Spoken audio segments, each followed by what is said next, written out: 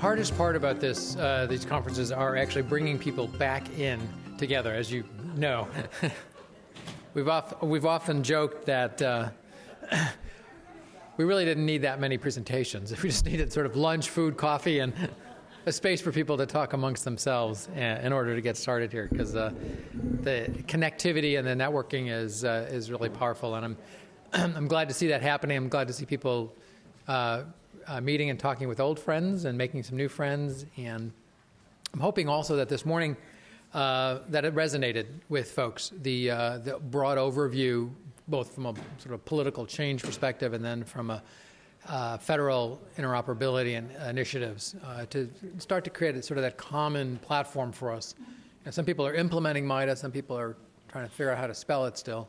And so how do we get everybody sort of close to the same place? So the conversations that will begin to ensue will, as I said earlier, will really begin to pull in and bring together all of that thinking. What I was going to do here for about 15 minutes or so is just to give a brief overview of where we are, and a lot of the stuff is in the primer already, or is on the website as well. But really the purpose is not to keep going before I'm ready. But the purpose is really to give you an overview of how we have been aggregating the thinking that's been going on the last 3 or 4 years in order to, in a sense, bring it back out to you again so that you can continue to look at it, disseminate it within and amongst your staffs, and to consolidate the thinking, which I think is an important role that we play. There's been so much good thinking that's gone on over the last couple of years, and trying to consolidate that from the terrific graphics that we have to the videos to those things, but putting it together that everyone can put their arms around. And so I'm just going to run through some of this stuff and just to, again, bring us up to speed on this. I'll give you a little bit of background, talk about the conceptual architecture, which is the way we're referring to it as, and then our reference model. We began thinking about this about 10, 12 years ago, initially in child welfare, in thinking about how to improve both the efficiency and the outcomes through the application of business process. Having graduated here, I came to this field about 10, 12 years ago and really started thinking about how can we use really standard business process ideas, processes, methods to improve what at that time seemed like fertile territory for that. And was surprised by the lack of the application of that stuff and the need for that in order to both improve the service delivery. Without getting into too much drama, this was expedited as you look across the country, and this is just a few samples of some of the tragedies that have made it to the front pages of our systems. And I'm sure everyone in this room probably has their local or city paper has some type of some challenge around where multi-systemic tragedies, where information was available in systems, but it wasn't connected. If it had been connected, there was at least a higher likelihood of the ability to head off at the pass some of the tragedy that might have happened. I'm not saying it's 100% possible, but it certainly would allow us to at least go into it with our eyes wide open. And that really catalyzed thinking. And so that catalyzed our thinking about, who else is doing this work and why not, right? Why aren't we able to do more of this? And fundamentally, the question is, how do we connect the silos? And how can interoperability expedite the process? I think we began to hear about that some already, the openness and the willingness to make that happen. But how can the connection of the systems begin to provide us the answers and the data and the information that we need? Well, as I've already alluded to a little bit, the evolution of this idea of Human Services 2.0 really has come out of the prior 4 conferences. We originally came, as we were looking at this question about the application of business process and the like, asked that question about where is that happening, who's convening around this question out in the country, and didn't really find a place. So we came back to Yale and said, hey, this is an interesting topic from people across the country, let's get folks together. And we did that, and we got a terrific response, and then came back the next couple of years as the group sort of identified the importance of information technology to assist them in their work. Again, originally in child welfare, but then expanding out as we began to look at the work, obviously the connections, again, earlier shown, between health and education and all of the other human services out there are critically important. We stumbled upon this idea of interoperability, which was also talked about earlier, resonant in banking and industry in many places, and connected with actually Bill O'Leary from Microsoft and the group there, who were thinking about how do you apply it on a large scale, and have really started thinking together over the last number of years about how do we think about not only the technology, but also the conditions and the organizational structures that need to be in place in order to accommodate that. And had the ability to learn from systems that are out there doing that, multiple places across the country, and began to sort of distill some of the best practices or some of the practices that seem to be effective out there, and began to distill that down over the last couple of conferences. And that's where we kind of came upon this idea of interoptimability, which is how do you integrate and optimize when you can actually put systems together in a way that can be very useful. And the evolution of the idea of Human Services 2.0 has naturally evolved into this year's concept of, okay, so if we can connect systems, and now we know what are the resonant concepts that need to be in place to make that happen, how do we need to prepare our systems in order to effectuate that and make that happen, especially if we're looking across the entire continuum from Fed to field and across program areas. And there's, again, more background information on the conferences up there. Vernon already sort of alluded to this, this equation. This is the higher math in the presentation here. Learning has got to be equal to or greater than C, and I think this is probably the single slide that you could talk about for a long time about organizational change, and how do we, in our various and specific roles, support this deeply across our organizations, because the world is changing so quickly. That there's only one competitive advantage in the commercial world these days, which is, faster and smarter, right? How can you acquire, distill, disseminate, synthesize information? And I think that's still, not only still, but that applies directly to us and the work that we're doing here. And how do we work with our staffs and our organizations to really put in place that basis? As we were beginning to think about this stuff, it became clear that there was an organizational sort of theory of change that was evolving as we looked at systems in Pennsylvania and North Carolina and Michigan, parts of California, that systems were organized around, the change effort was around the policies, the structures, and the practices that were going on in an organization, and that you could organize the world in those buckets. And this is a variation on a theme that I know that many of you have seen in other places, but the idea of really calling out structure separate from practice and separate from policy seemed to resonate with the ideas that we were hearing. The idea of change being evolutionary or revolutionary, and where on that continuum are we, or do we need to be in order to affect change? If you want innovation, things have to be disrupted. People, as we've been hearing, willingly not going into changing their worlds all that readily. And so there's an element of evolution, there's an element of revolution, and in the manner in which we go about that. And so this provides sort of an overall structural way of thinking about it. And then as we were thinking about Human Services 2.0 and really alluding to the next generation, what happens when systems are connectable, the idea, again, also borrowing some from MITA and from Medicaid around the idea of what's the to-be vision? Where do we want to go? Because if we don't really define that clearly, any road will take us there, right? And so we start with this idea of a connected health and coordinated health and human services education system or ecosystem that's really customer-centric, customer-centric, family-focused, community-based, and technology-enabled as the overall concept for the conceptual architecture, including policy, practice, and structure, and a language. And I think this is one of the things that really is perhaps of significant value, is the idea of actually distilling a language that cuts across wherever you happen to sit, if you're in the health world or the education world or the human services world. How do we describe the kinds of changes we're talking about so that we're able to make those connections across, as we're learning about programs or systems, that we have that, what was it called, that semantic consistency about what we're calling things. Very important out there. The other part of the tongue twister is interoptimability and the ability to both integrate and optimize, which is really the process of doing this.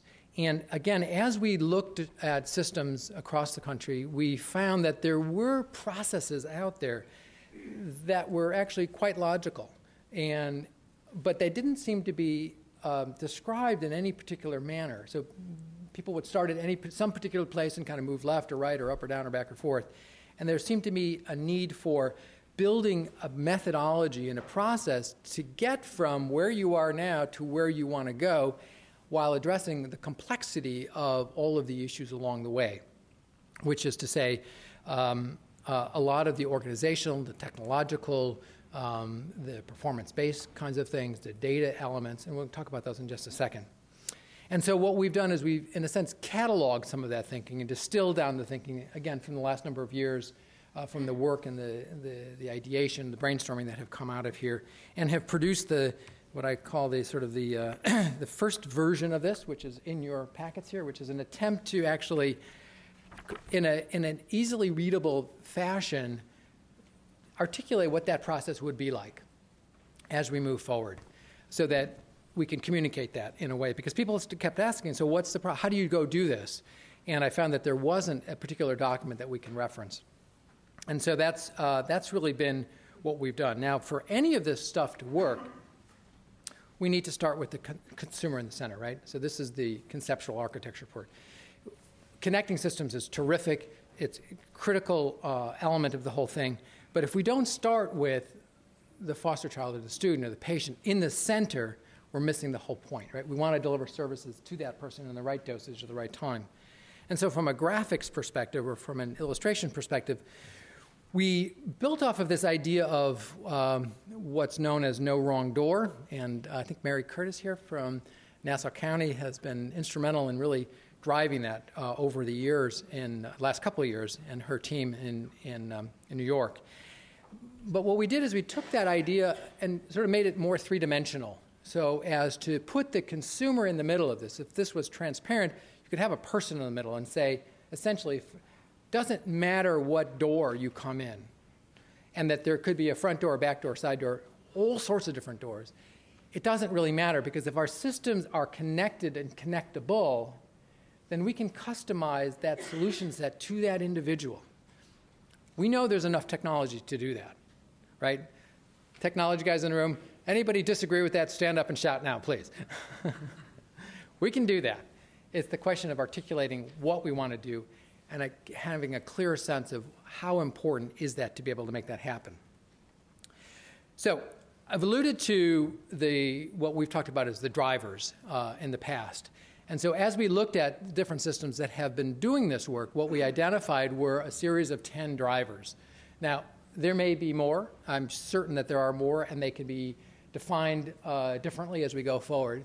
But it is important to recognize that this is complicated work. I think every speaker earlier this morning said this is not happening tomorrow. This is a long-term effort. And that like any building that you'd want to construct or any concept you'd want to construct, you'd want to do the kind of architectural planning that you would need to do. You want to know what the soil is made of. You want to know if there's water underneath. You want to know if it's bedrock. You want to know all the stuff you can possibly know about system change. And so what we've done is we've begun to create a knowledge base, I think, again, around each of these particular drivers. Because going forward without a deep sense of what current capabilities and assessments are, an assessment of your capability in each of these areas, you're kind of going into the forest really without knowing what it looks like, right? So again, building off of MIT and taking some of that work in terms of maturity matrix and the idea of how do we do an assessment so that as clear-eyed as possible, we go into this work knowing where our strengths are, where there are opportunities for really leveraging those strengths, where the real risks are. Where as an organization do we need to pay attention to?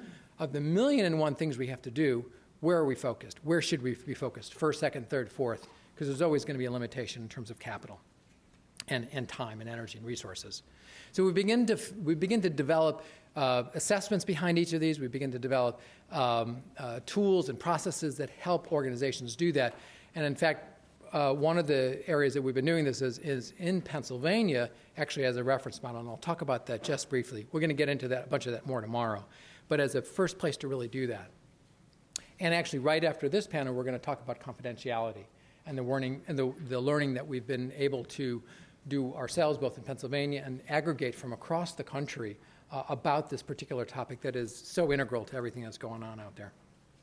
Now, what we also discovered, and you've seen much of this work on the wall here, is how do we take these complex concepts and translate them to our organizations, to our staffs, to our senior staffs, to our supervisors, to our caseworkers, and to our families out there.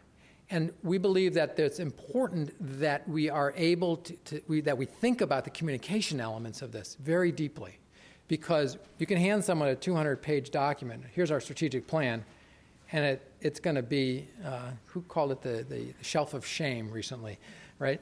It'll sit on there next to its other shameful compatriots. And so we think that, especially as the world is evolving towards icons and pictures and imagery and that stuff, we need to be able to communicate that rapidly. And a picture is worth 1,000 words. And so by socializing the concepts in this way, both it's easily accessible, but it also is memorable in an important way. So as a senior leader, as you're talking to your organizations, you're saying, here's the 10 things we have to think about. And each of those images can populate our material. So it readily and impactfully both creates an understanding of it and also helps them communicate with one another what they're talking about. So why are we implementing this policy? Because it actually deals with governance, or it actually deals with confidentiality. Oh, I know what that's about. I can go back and reference that. So it's a reference architecture in a sense as well. The maps you've seen out there, and we're working with them to, as we do the visioning to be work, there's a tremendous amount of knowledge and information in these maps. And so we can use them, and people who create them in their systems are able to use them, again, to translate and transmit the vision of the future and what that's going to look like. And the maps can be segmented, so you can talk about what that means, what confidentiality means, and then go look at the documentation about what that means. What are the state statutes? What are the federal regulations? What are the things that we need to consider in our state right now in relative to HIPAA or FERPA or 42 CFR and those kinds of things we're going to be hearing about shortly. So it becomes a tool that we can use. How do you take a vision and put it into people's hands, put language and ideas and pictures around it that people can understand and grasp? The process, which is articulated, again, in the booklet here, is a 9-step process. And it is it's a considerable effort to do this, to get ready, to build the roadmap to do this work. And we'll talk about that a bit more. But I think this provides a logical flow and an approach that can be communicated clearly to people who are asking to be involved in this work. Because I think a lot of it is being able to tell what the future is and help people along that route and to be able to point out where we're going and the things we've accomplished. I'm just going to say a few words in closing on where we're at.